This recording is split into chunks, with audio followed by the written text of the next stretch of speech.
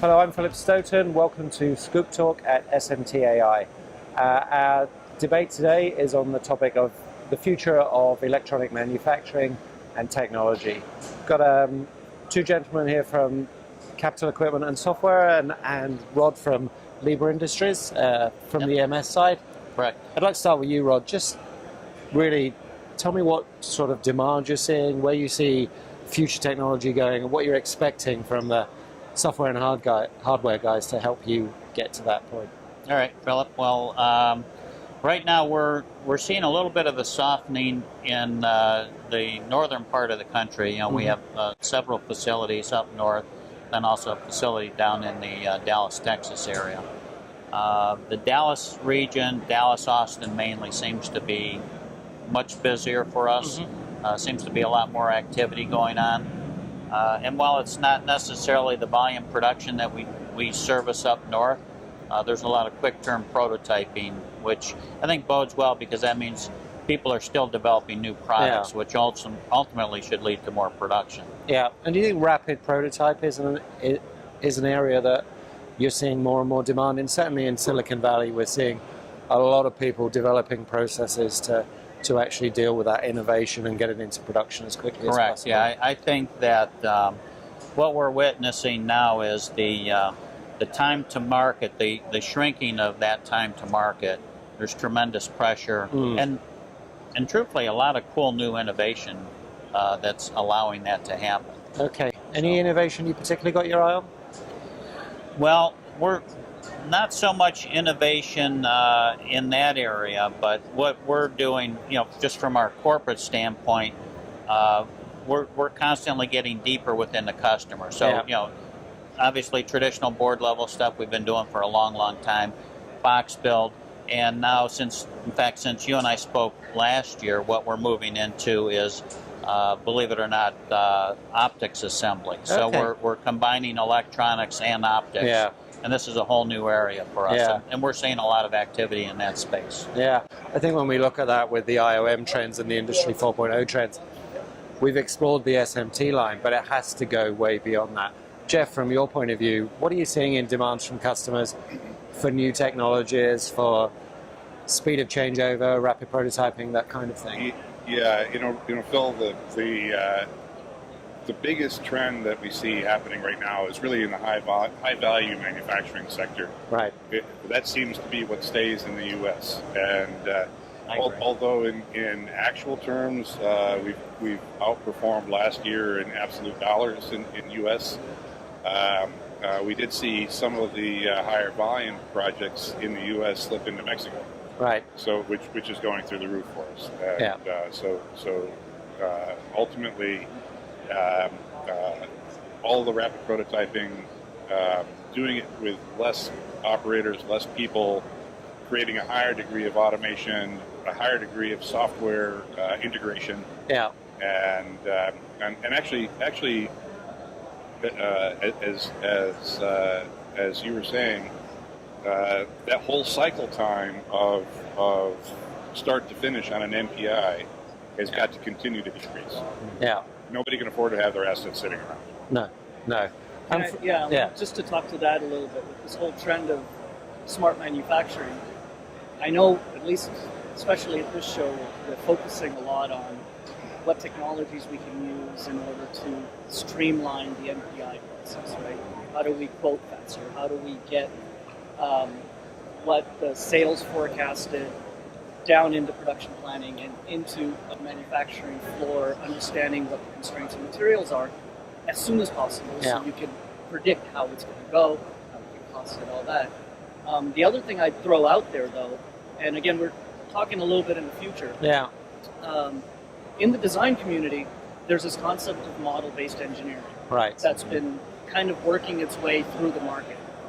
And the basic premise of that is to modularize design. Yeah. Right? So if you're building a box, Yes. and that box may have not just subsystems in it, but pieces of the design are modularized and modular. Now, where manufacturing can be a huge participant in that process is each of these models need to be priced qualified. Yeah.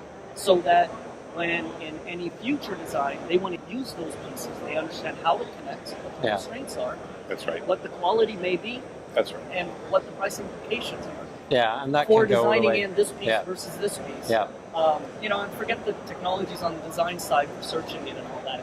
But I think, like you mentioned, get closer to your partners, get closer to your customers, integrating more into their process of design. Yeah. So that as they're designing these models, you're putting your manufacturing constraints in the process.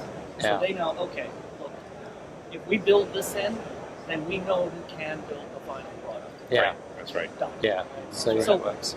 I see two prongs there. One is moving upstream to allow manufacturing to greater influence selection of models within a model-based engineering environment. And two, what you've mentioned with accelerated automation of automation. Yeah. Right. We're doing a lot of automation today. You've Yeah. got CRM, you've got ERP, you've got MES systems and software systems. ASM's got a whole line of things integrated with their equipment. Yeah. But now, how do we get these guys talking to each other so there's a streamlined, automated, model-based, intelligent flow? Yeah. All the way through all the different business Really systems. relates back to this whole cyber-physical interface. Correct. Yeah. And the fact of the matter is, right now, there's no one party that can do everything. Well, I think that's the biggest challenge, and we've had the debate about IOM and Industry 4.0. There's no way you can buy it. You can buy it as a kind of an out-of-the-box solution, and it must be something you've explored. And I think one of the fundamental problems in the industry is that there doesn't feel like there's someone that you can go to that can say, "Hey, you can get this bit from ASM, you can get this from here. Someone else will take care of the oven part for you." It's that holistic thing. I mean, from an EMS standpoint, that's kind of the frustrating piece where we're at, because everyone's got little bits and pieces, and it's left up to us to kind of pull it all together. Now, we are making headway because it is getting easier. It's like, several years back trying to configure routers and all these. Well, today it's much easier. A lot of that stuff's plug and play. Right. But in our world, we still have all these dissimilar pieces of equipment manufacturers. They're all just slightly different, and it's really left up to our engineering staff to kind of pull it all together. So that's an area where I know guys like you are working on, but we need to continue to push that frontier. We really have an intensive push on exactly that subject, and it's created challenges for the entire industry, even from the standpoint of taking a product to market. All of a sudden, I've got a sales team that needs to know something about material management. They've never had to deal with this before. Yeah. I've got a sales team that needs to know something about printing and process control. I've got a sales team that needs to know something about shop floor planning and forecasting and master planning. Yeah. And the whole workflow of the manufacturing floor. Yeah. So the conversation is now much more complicated on the front end. Yeah. So that the right modules can be built in as the customer goes forward. Yeah. So we find ourselves much more in a consulting role with our customers than we've ever been in the past. But it's again, not a simple solution. It's a complex problem. Yeah, and it can slow down the process. Right? Because there's high customization for early adopters. Right. Yeah. I mean, that's the natural trend of adoption, right? So you've got early adopters with high customization, and then there's platforms that are built, and then all of a sudden you can buy a router that configures itself. Yeah. Well, the logic behind that was a bunch of people, a bunch of trial and error, a crap load of... Someone had to blaze the trail, and sophisticated modeling. And then there was another contributor that said, okay, all the thought process that he put in, if we built an engine that kind of did that thinking for him, 5 simple questions, maybe we can do that. Yeah. And so there's these layers that kind of get put on top of platforms, standards, all that stuff. And building blocks. They'll come. Yeah. I'm not worried about that. Yeah. And whether... But I'm getting older, so I don't know what I was going to say have. is, these cycles, as it becomes a more complex sales process, it becomes a more complex development process. These things change over a longer period of time, and what Rod needs is the agility to be able to change what's going on in a factory pretty quickly to suit demand, suit particular changes. Yeah. Just a couple of technologies that I wanted to explore as where you saw their roles in the future, and we can do both at once. Robotics or cobotics, collaborative robotics, and 3D printing. Where do you see them playing a role, one, inside your business, and two, maybe as something that adds value to your customer? Let's start with 3D printing first. We don't have a 3D printer in-house, but we're using some 3D printing services. And we're using it for some, I call it lower-end tooling, fixtures, jigs. There's a lot of cool things that we want to try, innovative things that we want to try that we're finding that 3D printing is actually very good at. So it allows us to kind of get in and play with stuff. So we're using that. On the robotics, we've not implemented anything yet, but we're constantly keeping our eye on that because it's going to hit a tipping point where we're going to be able to say, you know what, we can actually put a robot here to displace a person. And we'll take that person and we'll put them at a higher, more valuable job. Because in many cases, we're underutilizing skills of our people. It's just a necessary evil. But as I think robotics improves, then we can start replacing some of those roles and moving people upstream. And I think the robot companies have really only just switched on to the electronic manufacturing environment, so there's a development process there. I know you've had some partnerships with KUKA and various different companies, and no doubt. You're seeing some ideas come. And honestly, the whole world of collaborative robots has changed the face of manufacturing fundamentally.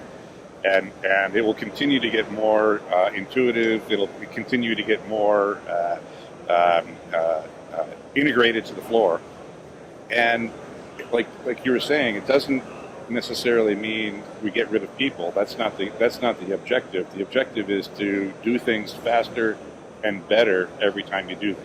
Absolutely. Right. And so as equipment sets become more and more reliable, as the artificial intelligence modules continue to get stronger and stronger, and every generation they will be better than the last one. All of a sudden now we're starting to talk about having a group of 3 operators on 5 lines of equipment instead of having 3 operators on each line of 5. Absolutely. So big difference there. The other thing I think is really important is analytics that you kind of alluded to. Yes. There has to be a analytics layer, and there's a lot of experimentation going on right now with being able to take mass data from the factory floor, from assets, from all that, and then driving, you probably saw the maintenance banner in that smart manufacturing type thing. But what that talks to is building, you can call it artificial intelligence, you can call it a hyper model of variables that kind of look at things and go, wait a second, something's happening here, something's happening here. And when you have that layer, then all of a sudden, robots as an asset also raise another level. Then they can actually change programs on the fly as needed because of particular things happening on the factory floor that needs to be compensated. Slow down, speed up, add this part to this rather than this one because something downstream is requiring it.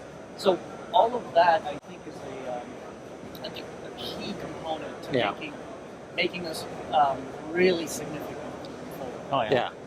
I mean, I think we're at a very exciting time in the manufacturing world. I mean, one of the things that we always promote is building rewarding careers in manufacturing because I think there's a resurgence in the U.S. It's starting to happen. It's not the old steel mills and machine shops and the dusty, dirty, smoky places that they used to be. Manufacturing is really cool. I mean, there's a lot of fun things, exciting things that go on in manufacturing, and any shop you go to today, any state-of-the-art manufacturing facility just blows you away with the technology. So and that's pretty exciting. There's some real opportunities there to create some interesting stuff. Another discussion that we'll have another time, but I thought it was interesting you mentioning that you were outsourcing or using another 3D printer. I think we're going to see some Uberization of some of that very large capital equipment. It'll be a whole new industry. And I really like that idea. I think that benefits everybody. The other thing I think we're seeing that I hope you agree with is all the capital equipment guys, all the software guys are now saying, actually we can't do everything. It's Right. not all ours. We don't have to grab and hold it. We can open up and we can share it, because if the industry does well and grows out of it, we'll all do okay. Are you getting a sense that we're more open and collaborative? No question about it. In fact, my team has been working with your team just in the last few months, mapping out where we complement each other. Yeah, and when we see the standards debates. Yeah, and I think it's all positive. I mean, we may agree on approaches, may not agree on approaches, but it doesn't matter. The fact that we're having the conversation, Yeah, we're all wanting that goal of getting manufacturers as effective, as efficient. yeah, Yes. You know, a lot of the resurgence in manufacturing here, and think about the genesis of Industry 4.0, right? Right. Why did that get kicked off in Germany?